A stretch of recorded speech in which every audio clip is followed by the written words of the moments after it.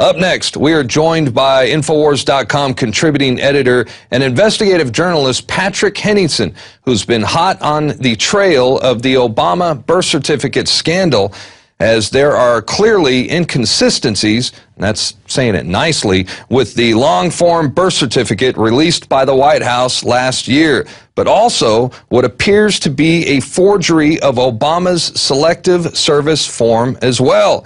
Not to mention, well, the huge list of documents that Barack Obama refuses to release to the American people.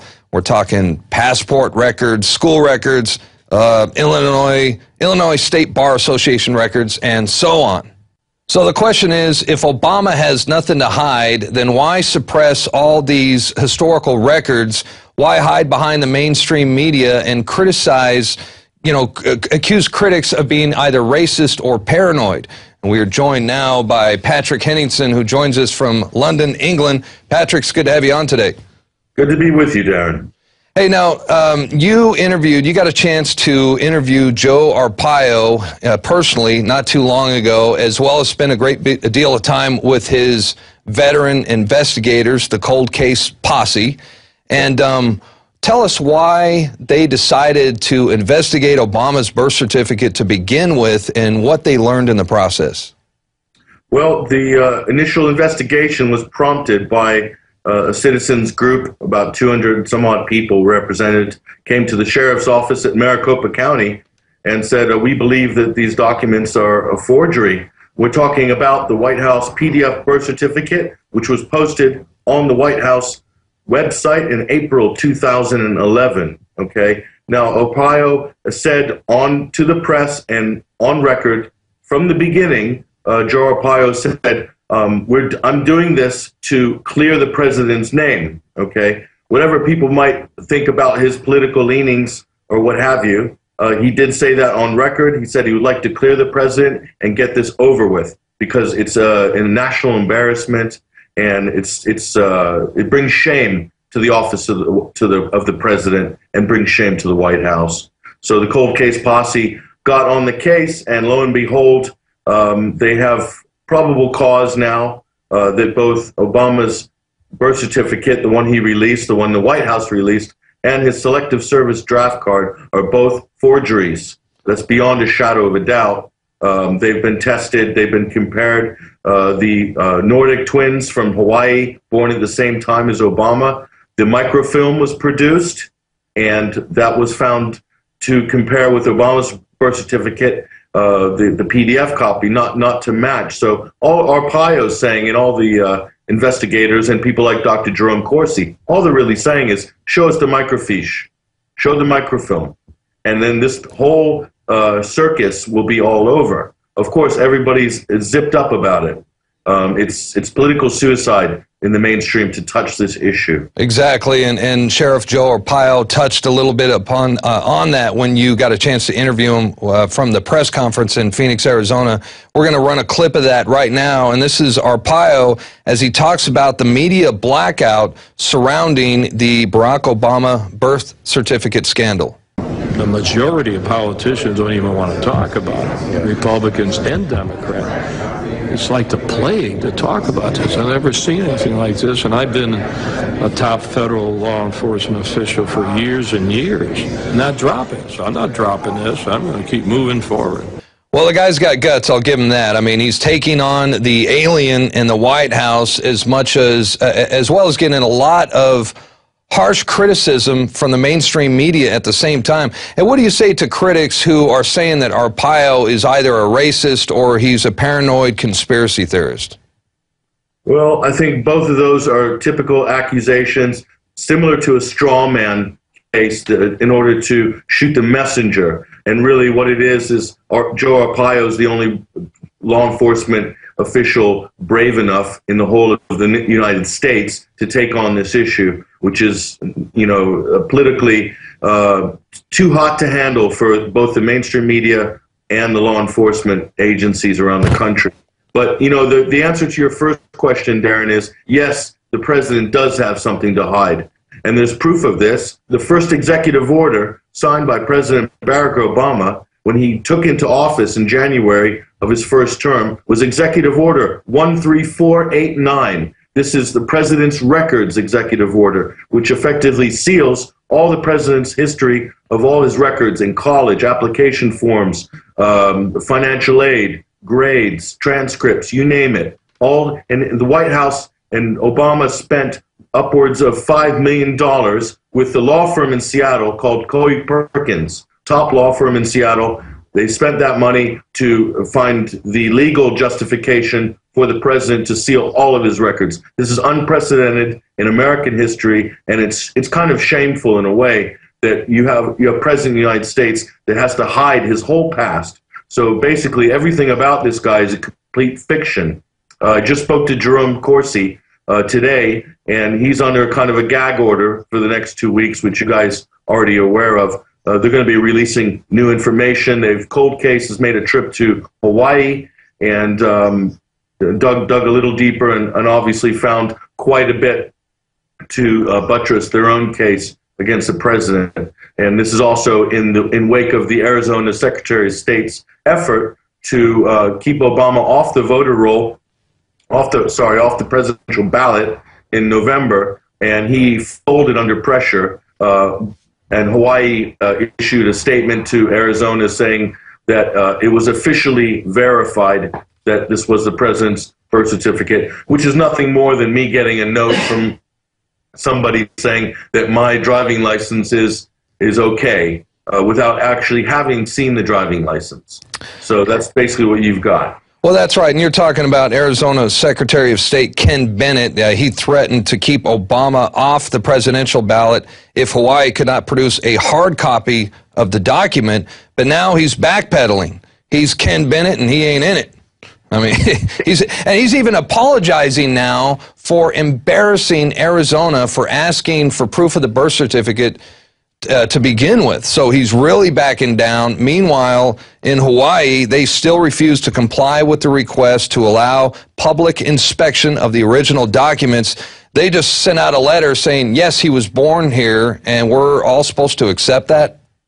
Well, there's a huge amount of political pressure put to bear on Arizona state officials. Representative Carl Seal, spearheaded a bill called the President's Certification Bill, or Candidate Certification Bill, which basically passed through the Senate and through the House. It had enough co-sponsors, and it got intentionally buried in the president of the Senate's office, Steve Pierce, for reasons unknown. Now, you can imagine from the governor right down the chain, Arizona has a lot of dealings with the federal government right now. There's a DOJ lawsuit over SB 1070, was in the Supreme Court. You've got the federal government is withholding approximately $4 billion in money that it owes the state of Arizona for looking after the border and taking care of illegal immigrants and incarcerating them, and you name it. They owe that money. And so you can imagine the White House is holding a gun to the head of Arizona. And Bennett, it's not unlikely in these situations he would have got a warning either through back channels or whatever. Oh, sure. I feel he changed his mind suddenly for good reason, or for some reason, I'm sure. Back to the birth certificate, the actual document, it's an obvious fake. It's amateur at best. And, you know, the PDF file was released last year by the White House. Anyone could download it. And, you know, it didn't take us but a few minutes before we, here at InfoWars, we put it into, you know, Illustrator, Adobe Photoshop, and immediately you could see that there's multiple layers on there. You can move these layers around. So again, and not to take anything away from Arpaio and his team of investigators, but this was about as simple as an investigation can get, you know. And were they surprised when they saw what an amateur job this was? What was their reaction? Well, you know, Mike Zula was the head of the investigating team. 20 some odd years experience in law enforcement on the state level and I believe the federal level. But he was shocked by what he found because they did work hours and weeks testing and retesting. They went to multiple experts to get second, third, fourth opinions on this flimsy version of a birth certificate that they put up on the White House website. So they were surprised, but you know, there's so much going on with this federal government. It's absolutely unreal. And this Obama birth certificate issue really falls under the banner, a larger umbrella of states' rights. And that's something that I've tried to point out from the beginning. So all these battles with the federal government is the state has the right to call its own elections. You know, it's in the 10th Amendment. You know, it's part of the Bill of Rights. You know, the power is not granted to the federal government nor prohibited to the states by the Constitution, are reserved to the states or the people. It's as simple as that. If the people of Arizona want to take Obama off the presidential ballot because they don't believe he's qualified, then they have a right to. Now, in Florida, there's 180,000 illegal immigrants that have been found on Florida's voting rolls, okay? Now, the federal government and Eric Holder is ordering Florida to stop removing illegal immigrants from the voting rolls. They've already removed 2,700, and there's a estimated over 180,000 of these in Florida. This is a White House that's depending on fraud to get reelected in November. This is really scandals. I can't even count how many scandals we have with this federal government. Well, and this whole birth certificate issue isn't going to go away anytime soon. Arpaio's not going to be given up anytime soon, and unless he steps in front of a bus or gets really depressed all of a sudden. You know, let's hope he doesn't end up like Breitbart or Breitbart's Corner, for example.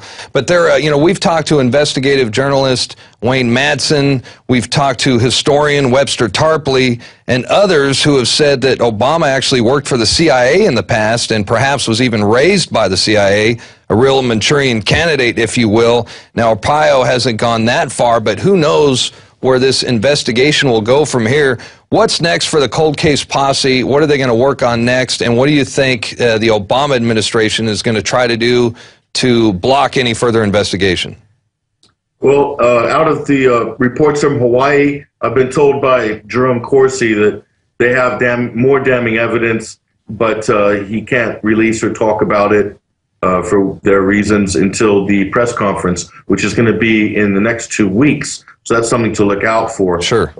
The other thing, Corsi has been investigating, and you have to remember, Jerome Corsi has got a PhD from Harvard. He's a top historian. He is a tireless investigator. He's got evidence that possibly links Obama's real father. In other words, it's not Obama Sr. from Kenya. It's quite possibly someone like Frank Marshall Davis, that's right, who is an absolute doppelganger for Barack Obama, yep, with big ears and everything. But Frank Marshall Davis was a community organizer in Chicago, ran the Star newspaper, and he was mentioned in Obama's book Dreams of My Father as his mentor. Okay, he's a Communist Party member, completely someone exactly like Bill Ayers. Okay, so he's a journalist, labor union activist, could have been working for the CIA as a labor union embedded agitator, like Bill Ayers is probably an FBI or a CIA informant. Everybody go look into that, because that's quite likely the case. Okay, whether underground. But Frank Marshall Davis, Obama's father, they sure look like he sure got his face and his ears. Yes, he does. That's another thing that could come out. I mean, how many more lies about this president? Well, we don't know who he is. We don't know who he is at this point. So he's really a ghost president with a ghost past. Who knows where this investigation will go from here? I'm certainly going to be at the edge of my seat looking forward to see what they uncover. Patrick, it's good to have you on with us today. I look forward to your next articles and your next video journalism reports, too. They're coming in left and right, so you're putting a lot of those out as well. It's good to have you on the team, and hope to have you back on the show real soon. Thanks, Darren. All right, bud. Take care, man.